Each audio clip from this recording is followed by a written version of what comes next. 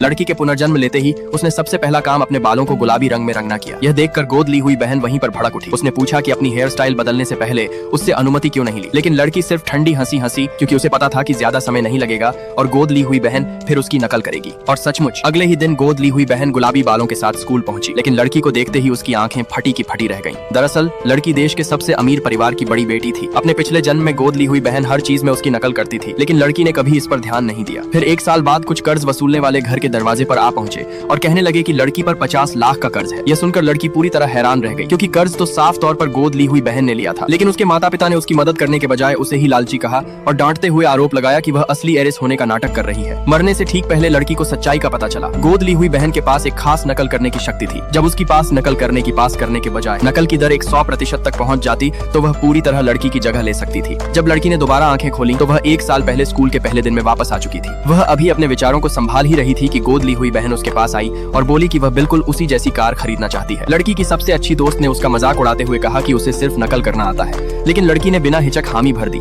इसके बाद वे सब कार शोरूम पहुंच गए। गोद ली हुई बहन ने एक नजर में सबसे महंगी लग्जरी कार चुन ली।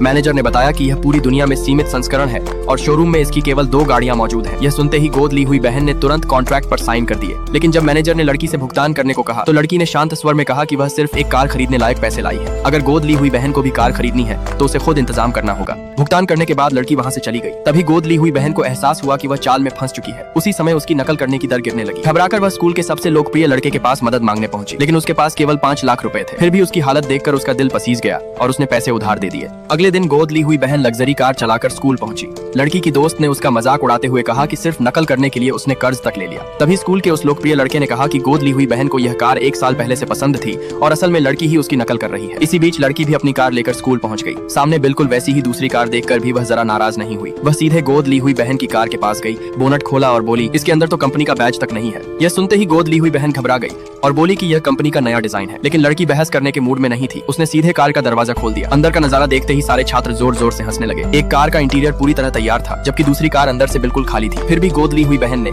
शर्मिंदा होने के बजाय बहाना बनाते हुए कहा, मुझे यही स्टाइल पसंद है।